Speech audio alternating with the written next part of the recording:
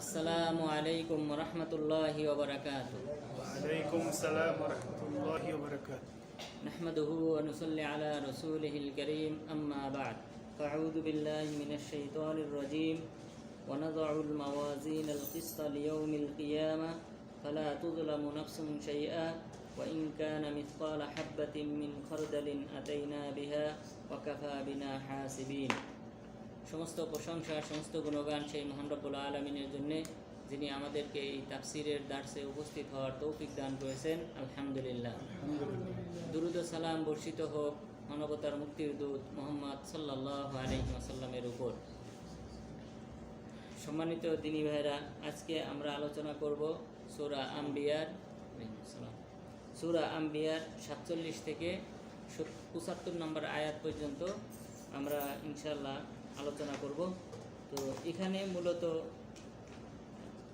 দুইটি বিষয়ে আলোচনা করা হয়েছে, প্রধানত দুইটি বিষয়ে আলোচনা করা হয়েছে। প্রথমটা হলো পরকালে কিয়ামত দিবসে আল্লাহ তাআলা হাসরের মাঠে বিচার আচার দিবসে সেখানে দাড়িপাল্লা মানদণ্ড, মানুষের আমল মাপার জন্যে দাড়িপাল্লা স্থাপন করবে, যে দাড়িপাল্লার মাধ্যমে মানুষের ওজন মাপা হবে।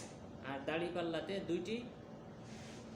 দুইটি স্তর থাকবে, অর্থাৎ দাড়িপাল্লাতে যেমন দুইটা অংশ থাকে, কিফা বলা হয়, এই দুইটা অংশ থাকবে। এখানে আল্লাহ তাআলা মানুষের আমলনামা ওজন করবেন। তো প্রথম এই বিষয়ে আলোচনা করা হয়েছে। আর দ্বিতীয় যে বিষয় সেটা হলো আল্লাহ তাআলা এখানে কয়েকজন নবীর নাম সহ তাদের ঘটনা বর্ণনা করেছে। মুসা আলাইসাল্লাম, হারুন আলাইসাল্লাম, এরপর ইব্রাহিম আলাইসাল্লাম, লূত আলাইসাল্লাম। তারা তাদের সমাজে দাওয়াতি কাজ করেছিলেন, তাওহীদের প্রচার করেছিলেন, সেই বিষয়ে আল্লাহ তাআলা আলোচনা করেছে। তাহলে মূলত প্রধানত এই দুটি বিষয়ে আলোচনা। প্রথমত মহান রব্বুল আলামিন বলেন, ওয়াজিনাল কিসতা লিয়াউমিল কিয়ামা, আমি কিয়ামত দিবসে মিজানের পাল্লা, দাড়ি পাল্লা, ন্যায় বিচারের দাড়ি পাল্লা মানদণ্ড স্থাপন করব। কিয়ামত দিবসে এখানে আল্লাহ তাআলা মাওয়াজিন বলা হয়েছে, অসংখ্য দাড়িপাল্লা, অথচ দাড়িপাল্লা হবে একটা দাড়িপাল্লা, কিন্তু তার দুইটা কি থাকবে, ওজন করার জন্য যে দুইটা থাকে অংশ, এই দুইটা কিফা থাকবে। তো এখানে আল্লাহ তাআলা বহু বচন ব্যবহার করেছেন, মাওয়াজিন, অসংখ্য মিজানের পাল্লা আমি স্থাপন করব, আল কিসতা মানে এই বিচারের। তো এখানে বহু বচন ব্যবহার করার পেছনে মূল কারণ হলো মাওয়াজিন শব্দটা মাউজুন শব্দের বহু বচন। মাউজুন মানে যা ওজন করা হয়, অর্থাৎ ওজন করা হবে মানুষের আমলনামা। তো মানুষের আমলনামা তো অনেক, কেউ সুবহানাল্লাহ আল্লাহর জিকির করেছে, সেই জিকিরের আমলনামা, কেউ ইবাদত করেছে, নামাজ আদায় করেছে, নামাজের আমলনামা, কেউ অন্যায় কাজ করেছে, সেই অন্যায়ের খারাপ আমল। তো আমল তো অনেক। তো এই আমল অনেক হওয়ার কারণে, মানুষের কৃতকর্ম অনেক হওয়ার কারণে, বিভিন্ন ধরনের হওয়ার কারণে, ভালো মন্দ এবং অনেক বেশি হওয়ার কারণে আল্লাহ তাআলা বহু বচন শব্দ ব্যবহার করেছে।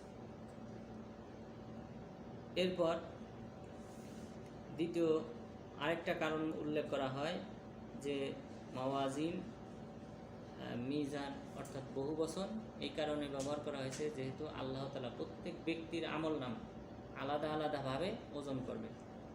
তাহলে যেন প্রত্যেক ব্যক্তির জন্য যেন আলাদা একটা দাড়িপাল্লা, এই কারণে এটাকে মাওয়াজিন হিসেবে, বহু বচন হিসেবে ব্যবহার করা হয়েছে। তাহলে আল্লাহ তাআলা বললেন, কিয়ামত দিবসে আমি মিজানের দাড়িপাল্লা, ন্যায় বিচারের দাড়িপাল্লা স্থাপন করব। ফালা তুযলামু নাফসুন শাইআ, ফলে কোনো ব্যক্তিকে ন্যূনতম জুলুম করা হবে না। যে যেরকম আমল করবে, যতটুকু পরিমাণ আমল করবে, তার সেই আমলটা ওজন করা হবে, মাপা হবে।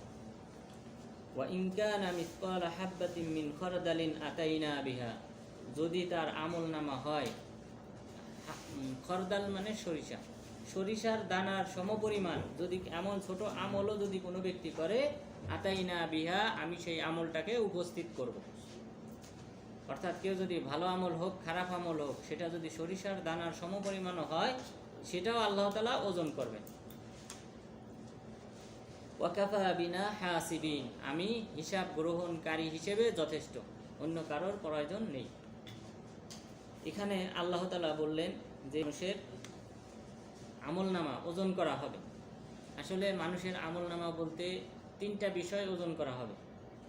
প্রতিটা ব্যক্তির ক্ষেত্রে আল্লাহ তাআলা তার তিনটা বিষয় ওজন করবে। প্রথম বিষয়টা হলো যে সে যে আমল করেছে তার এই আমলটাকে একটা রূপ দেওয়া হবে। আমলটাকে একটা ভিন্ন একটা কিছু রূপ দিয়ে আল্লাহ তাআলা এই আমলটাকে কি করবেন? ওজন করবেন। স্বয়ং আমলটারই আমরা নামাজ আদায় করেছি, ইবাদত করেছি, আল্লাহর জিকির করেছি, তারপর অন্য অন্যায় কাজ, সবগুলি আল্লাহ তাআলা একটা রূপ দান করে সেটার ওজন করবেন। এটা হলো আমলের ওজন। আর এই আমলের ওজন সম্পর্কেই অধিকাংশ আয়াত অবতীর্ণ হয়েছে কোরআনে। এরপর দ্বিতীয় যে বিষয়টা আল্লাহ তাআলা ওজন করবেন সেটা হলো ফেরেশতারা। ফেরেশতারা যে বান্দাদের আমলনামা প্রতিনিয়ত সর্বদা লিপিবদ্ধ করেন, লিখে রাখেন, এই লিখে রাখা যে আমলনামার যে রেজিস্টার খাতা আছে, এই রেজিস্টার খাতাও আল্লাহ তাআলা ওজন করবেন। তাহলে প্রতিটা ব্যক্তির ক্ষেত্রে যেসব আমলনামা লেখা হয় সেই লিখিত রেজিস্টার খাতাকেও আল্লাহ তাআলা ওজন করবেন। এ ব্যাপারে দলিল হলো রাসূল সাল্লাল্লাহু আলাইহি ওয়াসাল্লাম বললেন যে আল্লাহ তাআলা এক ব্যক্তিকে সমস্ত মানুষের সামনে উপস্থিত করবেন।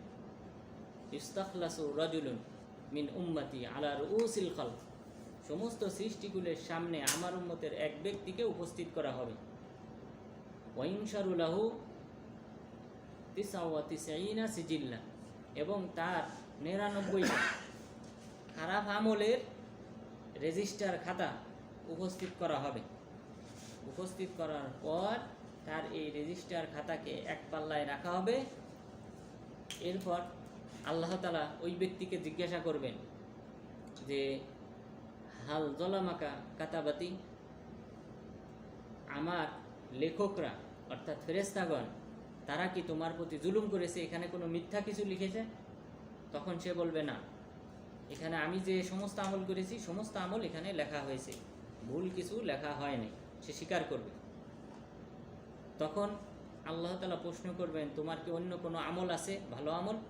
তখন সে বলবে না। তখন আল্লাহ তাআলা বলবেন যে হ্যাঁ, তোমার একটা আমল আছে। এরপর একটা বিতাকা, একটা কাগজ বের করা হবে, ছোট একটা কার্ড, আমাদের যে কামার কার্ড এরকম বিতাকা ছোট একটা কার্ড ব্যবহার করা হবে, বের করা হবে।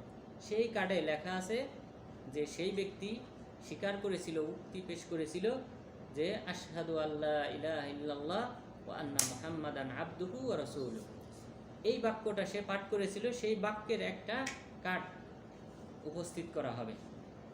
উপস্থিত করার পর তখন এই ব্যক্তি বলবে যে হে আল্লাহ, এই কার্ড, এই 99টা রেজিস্টার খাতার সামনে তো কিছুই না, অর্থাৎ একটা কাগজের পাতা, আর এখানে 99টা বদ আমলের ফাইল। এখন এটা তো কোনোভাবেই সমান হবে না, অর্থাৎ বদ আমলটা ভারী হবে। তখন আল্লাহ তাআলা বলবেন আজ তোমার প্রতি জুলুম করা হবে না। এরপর এই কার্ডটাকে, এই কাগজের একটা পিসটাকে এই এক পাল্লায় রাখা হবে, আর 99টা বদ আমলের রেজিস্টার খাতা আরেক পাল্লায় রাখা হবে। ফাতাশাত বিহিন্না বিতাকাতুল লা ইলাহা ইল্লাল্লাহ, তখন এই লা ইলাহা ইল্লাল্লাহর এই কার্ডটা ভারী হয়ে যাবে, আর এই 999টা বদ আমলের এই পাল্লাটা উঁচু হয়ে যাবে, পাতলা হয়ে যাবে। তাহলে এখানে কিন্তু আল্লাহ তাআলা ওই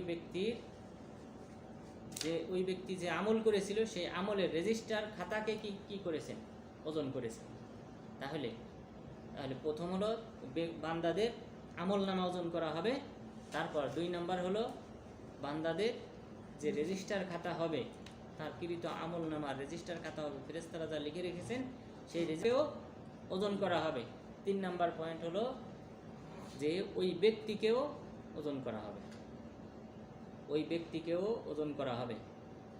দলিল হলো আব্দুল্লাহ ইবনে মাসউদ রাদিয়াল্লাহু আনহুকে রাসূল সাল্লাল্লাহু আলাইহি ওয়াসাল্লাম মেসওয়াক পাড়ার জন্য গাছে উঠতে বললেন।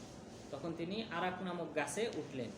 গাছে ওঠার পর তিনি ওই গাছের ডাল কাটবেন। এই সময় বাতাস প্রবল বেগে বাতাস হচ্ছিল, আর এই সাহাবীর পা দুলতেছিল, অর্থাৎ তিনি ছিলেন দিক্কতি সাকইহি, তার দুই পা এত পাতলা ছিল, চিকন ছিল, যে কারণে সাহাবারা হাসতেছিলেন যে সে বাতাসের কারণে সে দুলতেছে। ডাল পাড়তে ওঠার পর বাতাসের কারণে এই সাহাবী দুলতেছে, মনে হচ্ছে পড়ে যাবে, মানে তার পা ছিল চিকন, তখন তিনি দুলতেছে। তখন সাহাবাগণ যারা ছিলেন তারা হাসাহাসি করতেছে। হাসাহাসি করার পর রাসূল সাল্লাল্লাহু আলাইহি ওয়াসাল্লাম জিজ্ঞাসা করলেন, কেন তোমরা হাসতেছো? তখন বললেন যে, আল্লাহ রাসূল, তার চিকন পা দেখে আমরা হাসতেছি। তখন রাসূল সাল্লাল্লাহু আলাইহি ওয়াসাল্লাম বললেন, ইন্নাহুমা আসকালু ফিল মিজানি মিন উহুদ, নিশ্চয়ই এই দুই পা, তার এই দুই পা, এটা হলো উহুদ পাহাড়ের চেয়ে বেশি ওজন হবে কিয়ামত দিবসে মিজানের পাল্লায়। তাহলে চিন্তা করেন, তার মানে এই ব্যক্তি বান্দাকেও কি করা হবে? ওজন করা হবে। সুতরাং তিনটা বিষয় জড়িত এই ওজনের সাথে, যে আল্লাহ তাআলা যে মিজানের পাল্লা দাঁড় করাবেন, সেখানে আল্লাহ তাআলা তিনটা বিষয়, প্রতিটা বান্দার তিনটা বিষয় ওজন করবেন। তার আমলনামা, এরপর তার আমলনামার যে রেজিস্টার খাতা আছে সেই রেজিস্টার খাতা, এবং সেই সাথে ওই বান্দাকে, এই তিনটা বিষয় ওজন করা হবে। এরপর আল্লাহ তাআলা বললেন যে, উদাহরণ দিলেন যে বান্দা যতই ভালো আমল করুক, সেটা ছোট হোক বড় হোক, অথবা খারাপ আমল করুক, সেটা ছোট হোক বড় হোক, সব আমি উপস্থিত করব এবং ওজন করব। এখানে কিন্তু আল্লাহ তাআলা যেন সতর্ক বাণী দিয়েছেন বান্দাদেরকে, যেন ছোট খারাপ কাজ হলেও বান্দা যেন এটাকে তুচ্ছ তাচ্ছিল্যের সাথে যেন এই কাজে জড়িত না হয়, বরং এখান থেকেও যেন ফিরে থাকে। কারণ আমি এই ছোট আমলকেও কিয়ামত দিবসে ওজনের পাল্লায় উপস্থিত করব। এরপর আল্লাহ তাআলা বলতেছেন, দ্বিতীয় যে নবীগণদের ঘটনা, কয়েকজন নবী, মুসা আলাইহিস সালাম, হারুন আলাইহিস সালাম, ইব্রাহিম আলাইহিস সালাম, লূত আলাইহিস সালাম, ওনাদের ঘটনা উল্লেখ করেছেন। সেই ঘটনাগুলি নিম্নরূপ। মহান রব্বুল আলামিন বললেন, ওয়ালাকাদ আতাইনা মূসা ওয়া হারুন আল ফুরকান, আমি মূসাকে এবং হারুন আলাইহিস সালামকে ফুরকান দান করেছিলাম। ফুরকান হলো সত্য মিথ্যার পার্থক্যকারী গ্রন্থ, তাওরাত। তাহলে তাওরাতকে কি বলা হয়? ফুরকান। তো এই সত্য মিথ্যার পার্থক্যকারী একটা গ্রন্থ, তাওরাত গ্রন্থ আমি দান করেছিলাম মূসা এবং হারুন আলাইহিস সালামকে। ওয়াজিয়া, তাদেরকে জিয়া দান করেছিলাম। জিয়া বলা হয় নূর, আলো। অর্থাৎ দেখেন, তাওরাতকে কি বলা হচ্ছে? জিয়া, নূর, আলো, আলোকময় আলোকবর্তিকা দান করেছিলাম। তো তাওরাতটা হলো হিদায়াতের বাণী, মানুষকে হিদায়াতের দিকে আহ্বান করে। সেই হিদায়াতকে কি বলে উল্লেখ করা হয়েছে? আলো হিসেবে। তো এখানে ঠিক অনুরূপভাবে পবিত্র কোরআনে আল্লাহ তাআলা রাসূল সাল্লাল্লাহু আলাইহি ওয়াসাল্লাম সম্পর্কে বলেছেন, লাকাদ জাআকুম মিনাল্লাহি নূরু ওয়া কিতাবুম মুবিন। লাকাদ জাআকুম মিনাল্লাহ, নিশ্চয়ই তোমাদের কাছে এসেছে আল্লাহ তাআলার পক্ষ থেকে নূর এসেছে, ওয়া কিতাব, এবং কিতাব এসেছে। এখানে নূর বলতে কি উদ্দেশ্য? নূর বলতে এখানে অধিকাংশ আলেমের মতে হলো শরিয়া, ইসলাম ধর্মের যে বিধিবিধান সেটা। কোনো মুহাসসিরিনগণ বলেছেন রাসূল সাল্লাল্লাহু আলাইহি ওয়াসাল্লাম। তো নূর বলতে রাসূল সাল্লাল্লাহু আলাইহি সাল্লামকে যদি বোঝানো হয়, তার মানে এই না রাসূল সাল্লাল্লাহু আলাইহি সাল্লাম নূরের তৈরি। এখানে দেখেন তাওরাত কিতাবকে কি বলে উল্লেখ করা হয়েছে? নূর, মানে আলোকময়, আলোকবর্তিকা। তার মানে এটা হিদায়াতের দিকে আহ্বান করে, শিরিক বিদআতের জুলুম অন্ধকার থেকে হিদায়াতের দিকে আহ্বান করে। এই কারণে তাওরাতকে নূর হিসেবে আখ্যায়িত করা হয়েছে। এরপর ঠিক অনুরূপভাবে ওই আয়াতেও যদি উদ্দেশ্য হয় রাসূল সাল্লাল্লাহু আলাইহি ওয়াসাল্লাম, তাহলে বুঝতে হবে হিদায়াতের নূর, অর্থাৎ তার মাধ্যমে মানুষ হিদায়াত পেয়েছে, এই নূর বোঝানো হয়েছে। এটা নয় যে তিনি নূরের তৈরি, কারণ আল্লাহ তাআলা এটা বলেন নাই নূরের তৈরি, বরং বলছেন আল্লাহ তাআলার পক্ষ থেকে নূর এসেছে। তো এটা রূপক অর্থে মানুষকে নূর বলা হয়। যেমন কেউ যদি বলে যে আমাদের থানাতে বর্তমান যে ওসি এসেছে, ওসি আসার কারণে আমাদের থানাটা আলোকিত হয়ে গেছে, তাহলে এখানে আলোকিত হয়ে গেছে এটা কোন অর্থে ব্যবহার হবে? আসলে কি আলোকময় নূর চমকানো শুরু করেছে আপনাদের অঞ্চলে?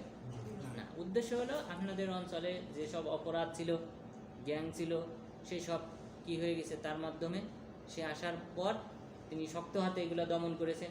সন্ত্রাসী, তারপর চাঁদাবাজি, ডাকাতি, এসব উঠে গেছে, এটা হলো উদ্দেশ্য। ঠিক অনুরূপ নূর এসেছে বলতে এখানে অনুরূপ বোঝানো হয়েছে যে রাসূল সাল্লাল্লাহু আলাইহি ওয়াসাল্লামের মাধ্যমে হিদায়াতের আগমন ঘটেছে, শিরিক দূরীভূত হয়েছে। এখানে আল্লাহ তাআলা আরেকটা বিষয়, এখানে এই আয়াতে আরেকটা গুরুত্বপূর্ণ বিষয় ইঙ্গিত রয়েছে, সেটা হলো আল্লাহ তাআলা জিয়া শব্দ ব্যবহার করেছেন। জিয়া ও জিয়া, এখানে নূর শব্দ ব্যবহার করেন না। দুইটার অর্থ একই, আলোকময়, তবে সামান্য পার্থক্য আছে। পার্থক্যটা হলো আল্লাহ তাআলা যখন সূর্যের বর্ণনা দিলেন, ওয়াল্লাযী জাআলা লাকুমুশ শামসা জিয়াআ ওয়া জাআলাল কমারা নূরা, আল্লাহ তাআলা হলেন তিনি যিনি সূর্যকে করেছেন জিয়া আর চন্দ্রকে করেছেন নূর। অর্থাৎ জিয়া বলা হয় যার আলো আছে, যেটা আলো আলো দেয় এবং সাথে সাথে যার উত্তপ্ততা ছড়ায়। অর্থাৎ সূর্যের যে আলো সেটা উত্তপ্ততা ছড়ায়, এটা পুড়িয়ে দেয়, জ্বালিয়ে দেয়, ছারখার করে দেয়। আর নূর বলতে যেটা চন্দ্রের আলো, সেটা হলো শুধু আলো আলো দেয়, কিন্তু এটার উত্তপ্ততা ছড়ানো বা পুড়িয়ে ফেলানোর গুণাগুণ নেই। তাহলে নূর আর জিয়ার মধ্যে পার্থক্য হলো যে যেটা আলো ছড়ায় এবং সেই সাথে উত্তপ্ততা ছড়ায়, সেটাকে বলা হয় জিয়া। তো এখানে তাওরাতকে কেন জিয়ার সাথে তুলনা করা হয়েছে? তাওরাতকে কিন্তু নূর বলা হয়, অন্য আয়াতে নূর বলা হয়েছে, কিন্তু এখানে জিয়া বলা হয়েছে। কারণ পার্থক্য হলো, কারণ হলো ইহুদিরা তারা আল্লাহ তাআলার অবাধ্য জাতি ছিল, বিভিন্ন সময়ে নাফরমানি করেছে। এই কারণে আল্লাহ তাআলা তাদের উপর আইনগুলি যে শরীয়ত দিয়েছিলেন, সেই শরীয়তগুলিও কঠিন করে দিয়েছিলেন, যেন তাদের জ্বালা যন্ত্রণা ইত্যাদি বৃদ্ধি করে, কষ্ট বৃদ্ধি হয়। এই কারণে আল্লাহ তাআলা তাওরাত কিতাবটাকে জিয়ার সাথে তুলনা করেছেন। অর্থাৎ আমাদের কোরআন হলো নূর, অর্থাৎ যেখানে কঠিন কোনো বিধান দেওয়া হয়। তাদের নিয়ম ছিল যদি কেউ পেশাব করে, তার শরীরে যদি পেশাব লেগে যায়, যেখানে লাগবে সেটুকু কী করতে হবে? কেটে ফেলতে হবে। আমাদের তো পেশাব লাগলে ধুয়ে ফেললে কি হয়ে যায়? পরিষ্কার হয়ে যায়। তাদের ধুয়ে ফেললে পরিষ্কার হবে না, তাদের ওইটুকু কেটে ফেলতে হবে। কারণ বানি ইসরাইল যখন তারা বলল যে মুসা আলাইহিস সালাম যখন বললেন যে বাইতুল মুকাদ্দাস বিজয় করো, তখন তারা বলল তুমি যাও, তোমার রব যাও, যুদ্ধ করো, আমরা এখানে কয়েকদিন বসে থাকি। তো তারা যেমন খুব কঠোর, আল্লাহ তাআলার বিধান অবাধ্যকারী ছিল, আল্লাহ তাআলাও তাদের উপর বিধানটাকেও কঠিন করে দিয়েছে। আল্লাহ তাআলা বললেন প্রত্যেকটা প্রাণী, যে প্রাণীর নখ আছে, নখ তার মানে পাখি শ্রেণী যা আছে, তাদের তো সবারই কি আছে? নখর আছে। এসব ওদের উপর কি করছে? হারাম করছে। তারপর গরু এবং ছাগলের চর্বি খাওয়া হারাম, তবে সেই চর্বিটুকু হালাল যে চর্বিটা হাড্ডির সাথে লেগে থাকে। মানে খুব কঠিন করে মানে তাদের উপর কি করা হয়েছিল? আইনগুলা কঠিন করা হয়েছিল। যেটা হাড্ডির সাথে লেগে থাকে এমন হালকা চর্বি, এটা তোমাদের জন্য বৈধ, অথবা যদি নাড়ি ভুঁড়ির সাথে যে চর্বিটা লেগে থাকে সেটা বৈধ, এছাড়া অন্য চর্বি হারাম। আমাদের উপর এই সব বিধান করা হয় নাই। তারপর উটের দুধ ওদের জন্য কি করা হয়েছিল? হারাম করে দেওয়া হয়েছিল। তো এইভাবে বিভিন্ন হালাল বস্তু আল্লাহ তাআলা কি করেছিলেন? বনী ইসরাইলের উপর কঠিনভাবে হারাম করেছিলেন, ওদেরকে কষ্ট দেওয়ার জন্য। এই কারণে আল্লাহ তাআলা তাওরাতটাকে কি বললেন? জিয়া। অর্থাৎ যেন এখানে অনেক কষ্টদায়ক অনেক বিধান রয়ে গেছে, এই কারণে জিয়ার সাথে তুলনা করেছে, নূরের সাথে নয়। এরপর আল্লাহ তাআলা বললেন ওয়াযিকরাল লিল মুত্তাকিন, আর এই কিতাবটা হলো, তাওরাতটা হলো মুত্তাকিদের জন্য উপদেশমালা। এখানে মানুষ অনেক হিদায়াতের উপদেশ পাবে, আল্লাহর তাওহীদ সম্পর্কে, আল্লাহ তাআলার সিফাত, নাম, গুণাবলী ইত্যাদি সম্পর্কে বর্ণনা পাবে। ওয়াযিকরাল লিল মুত্তাকিন, আমি এই তাওরাতটাকে করেছিলাম মুত্তাকিদের জন্য উপদেশমালা। আল্লাযীনা ইয়াখশাউনা রাব্বাহুম বিল গায়বি ওয়া হুম মিনাস সাআতি মুশফিকুন। মুত্তাকি কারা? আল্লাযীনা ইয়াখশাউনা রাব্বাহুম বিল গায়ব, যারা তাদের রবকে ভয় পায় না দেখে। অর্থাৎ না দেখে বিশ্বাস স্থাপন করাটা, এটা হলো বেশি ফজিলতপূর্ণ। আমরা যদি আল্লাহ তাআলাকে দেখতে পেতাম তাহলে ঈমান আনতাম, যেহেতু আল্লাহ তাআলাকে আমরা দেখতে পাই। কিন্তু না দেখতে পাওয়ার পর ঈমান আনাটা, এটা হলো সবচেয়ে বেশি সওয়াবের। এই কারণে আল্লাহ তাআলা বললেন আল্লাযীনা ইয়াখশাউনা রাব্বাহুম বিল গায়ব, যারা তাদের রবকে ভয় পায় না দেখে। না দেখেও ভয় পায়। বিভিন্ন সময় বান্দা যেন অন্যায় কাজে না জড়ায়, বরং সে যেন সর্বদা আল্লাহ তাআলার কথা স্মরণ করে অন্যায় অশ্লীল কাজ থেকে যেন বিরত থাকে। আর যারা এরকম বিরত থাকবে তাদেরকেই মুত্তাকি বলা হয়। ওয়া হুম মিনাস সাআতি মুশফিকুন, এবং সেই সাথে তারা কিয়ামতের যে ভয়াবহ দৃশ্য আছে তা থেকে তারা ভীতবিহ্বল। কিয়ামতের কথা স্মরণে রাখতে হবে, কারণ সেই দিন কিয়ামতের দিবসে, অথবা মানুষের কিয়ামত শুরু হয় মৃত্যুর পর থেকে। মৃত্যুর পরে কবরের আযাব। প্রথম তো জম্মাতুল কবর, কবরের যে চাপ, এই চাপটা কিন্তু সবাইকে দেওয়া হবে, মুমিন কাফের সবাইকে দেওয়া হবে জম্মাতুল কবর, কবরের চাপ। তো এখানে এটা অবশ্য মুমিনদের জন্যে পরকালীন যে আল্লাহ তাআলা নিয়ামত রাজি দেবেন, সেটা গ্রহণ করার, উপযুক্ত করার জন্য আল্লাহ তাআলা এই প্রথম চাপটা দেবেন। এই চাপটা কিন্তু স্বাভাবিক না, মানে সন্তান, একটা আসার আছে আয়েশা রাদিয়াল্লাহু আনহা থেকে, ওটা জয়ীফ আসার। সেটা হলো যে এই কবরের যে চাপটা দেওয়া হবে, এই চাপটা হলো মা যেমন সন্তানকে বুকে জড়িয়ে নেয়, অনুরূপ মাটিও মুমিনকে জড়িয়ে নেবে, কিন্তু এই আসারটা জয়ীফ। হাদিস থেকে বোঝা যায় যে রাসূল সাল্লাল্লাহু আলাইহি ওয়াসাল্লাম যখন দেখলেন সাদ বিন মুআয রাদিয়াল্লাহু আনহুকে চাপ দেওয়া হচ্ছে, তখন কি বললেন? মাটিকে সরে যেতে বললেন। তুমি কি জানো না যে এমন ব্যক্তিকে রাখা হচ্ছে যার মৃত্যুতে আল্লাহ তাআলার আরশ কেঁপে উঠেছিল? এরপরে মাটিটা সরে যায়। এখান থেকে বোঝা যায় যে যদি সাধারণ মায়ের কোলে জড়িয়ে নেওয়ার মতো হইতো, তাহলে আল্লাহ রাসূল এই কথা বলতেন না। এখানে বোঝা যায় এটাও ভীতিকর একটা বিষয়, দৃশ্য। তো এইভাবে নানানবিধ, এখান থেকে কবর থেকেই শুরু হয়ে যাবে শাস্তি। তো ইত্যাদি কথা স্মরণ করে বান্দা আল্লাহ তাআলাকে ভয় করবে, আল্লাহ তাআলাকে ভয় করে অন্যায় অশ্লীল কাজ থেকে বিরত থাকবে। ওয়া হাযা যিকরুম মুবারাকুন আনজালনাহু, এখন আল্লাহ তাআলা বলতেছেন তাওরাতের কথা বলার পর কোরআনের কথা।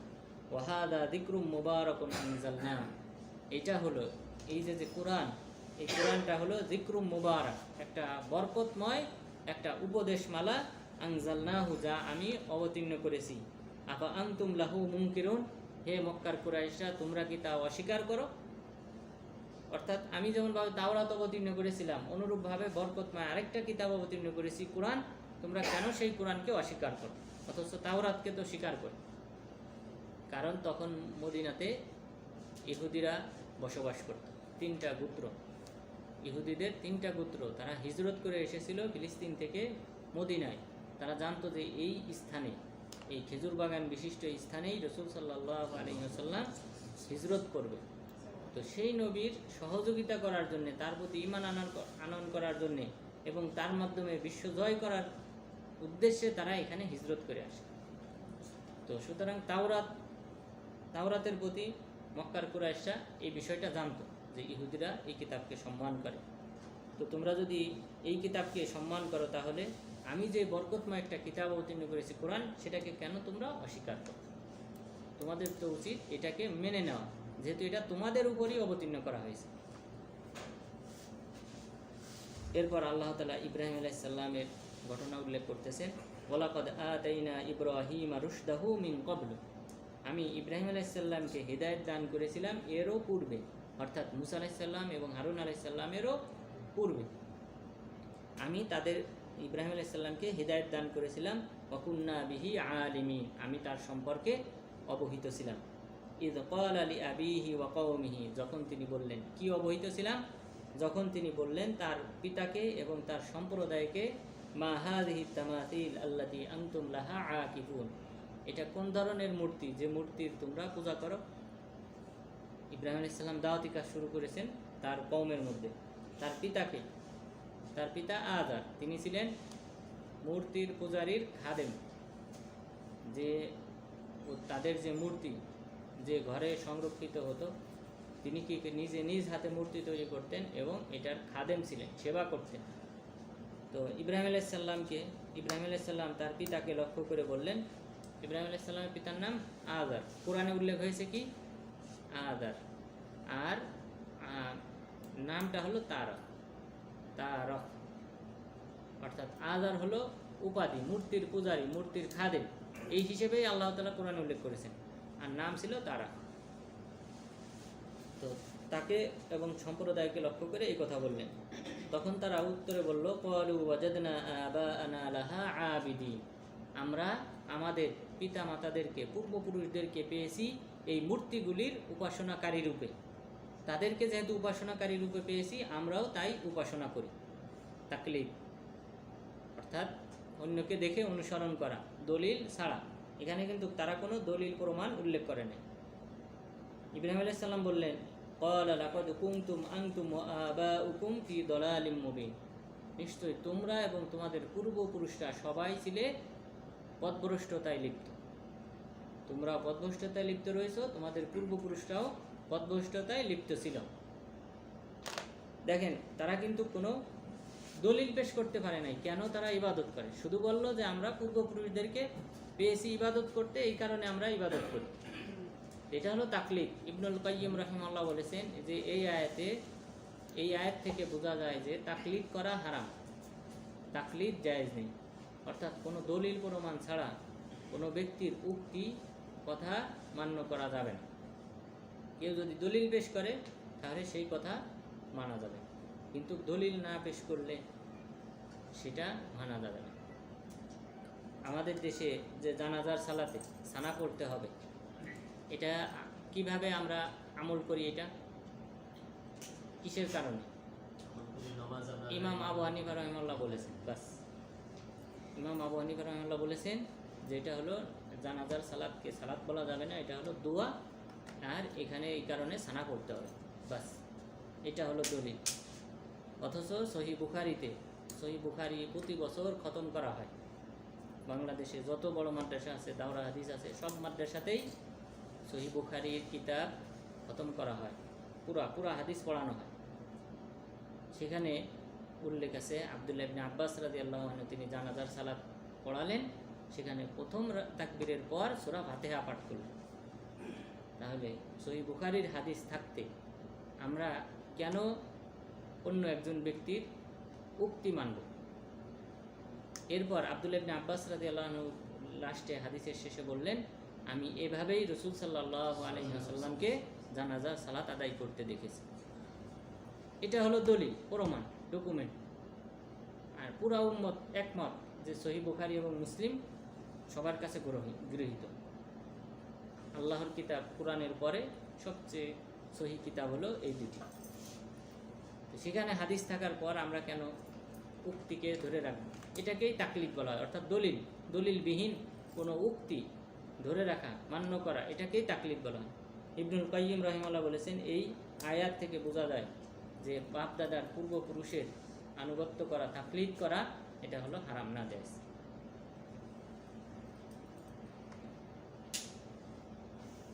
ক্বালু আজিতানা বিল হাক্কি আম আনতা মিনাল লাঈবিন, এখন তারা পাল্টা প্রশ্ন শুরু করলো ইব্রাহিম আলাইহিস সালামকে যে আজিতানা বিল হক, তুমি কি আমাদের কাছে সত্যের দাওয়াত নিয়ে এসেছো? আম আনতা মিনাল লাইবিন, নাকি তুমি আমাদের সাথে খেলতামাশা করতেছো? অর্থাৎ তুমি কি হাসি তামাশা করার জন্য আমাদের সাথে এইরূপ কথা তর্ক বিতর্ক করতেছ? ইব্রাহিম আলাইহিস সালাম বললেন, ক্বালা বাল রব্বুকুম রব্বুস সামাওয়াতি ওয়াল আরদ, না, আমি হাসি তামাশার জন্য এই কথা বলতেছি না, বরং তোমাদের রব হলো যিনি আসমান এবং জমিনের রব, তিনি হলেন তোমাদের রব। আল্লাযী ফাতারাহুন্না, আর সেই রব হলেন তিনি যিনি আসমান জমিনকে সৃষ্টি করেছেন। ওয়া আনা আলা যালিকুম মিনাশ শাহিদিন, আর আমি হলাম এর সাক্ষ্যদাতা, যে আল্লাহ তাআলাই হলেন আসমান জমিনের সৃষ্টিকর্তা এবং তিনিই হলেন প্রকৃত রব। আমি হলাম তার সপক্ষে সাক্ষ্যদাতা হিসেবে আল্লাহ তাআলা আমাকে পাঠিয়েছেন। অর্থাৎ এখানে কোনো হাসি তামাশার কোনো স্থান নেই। ওয়াতাল্লাহি লাআকিদান্না আসনামাকুম বা'দা আন তুওয়াল্লু মুদবিরিন, আল্লাহ তাআলার শপথ, আমি অবশ্যই একটা ব্যবস্থা গ্রহণ করব আসনামাকুম, তোমাদের এই মূর্তিগুলির ব্যাপারে, বা'দা আন তুওয়াল্লু মুদবিরিন, তোমরা চলে যাওয়ার পর। অর্থাৎ তারা বাৎসরিক একটা অনুষ্ঠান হইতো, তারা এই অনুষ্ঠানে অংশগ্রহণ করত। তো এই বাৎসরিক অনুষ্ঠানে ঈদের দিনে তারা যখন তাদের এই এলাকা বসবাসের স্থল ছেড়ে ওই ময়দানে চলে যাবে, তখন ইব্রাহিম আলাইহিস সালাম বললেন, অবশ্যই এই দিন আমি তোমাদের এই যে একটা ঘরে, নির্দিষ্ট ঘরে যে তোমরা তোমাদের যে দেবদেবী আছে, মূর্তি আছে, যার পূজা করো, সেই